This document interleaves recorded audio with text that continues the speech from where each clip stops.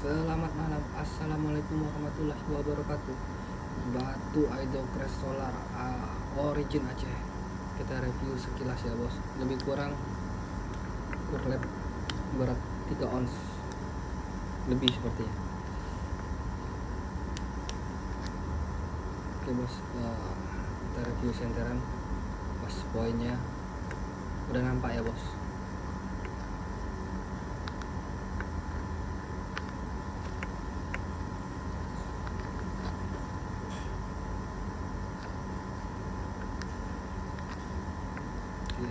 Bagian sini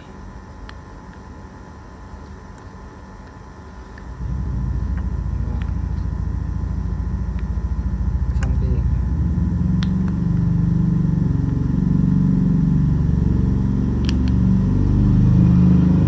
sebelah sini.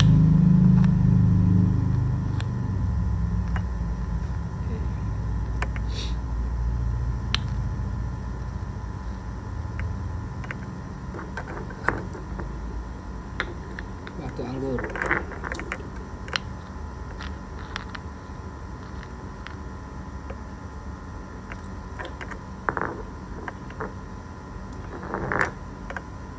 Agak murah, agak sedikit mahal bagi saya.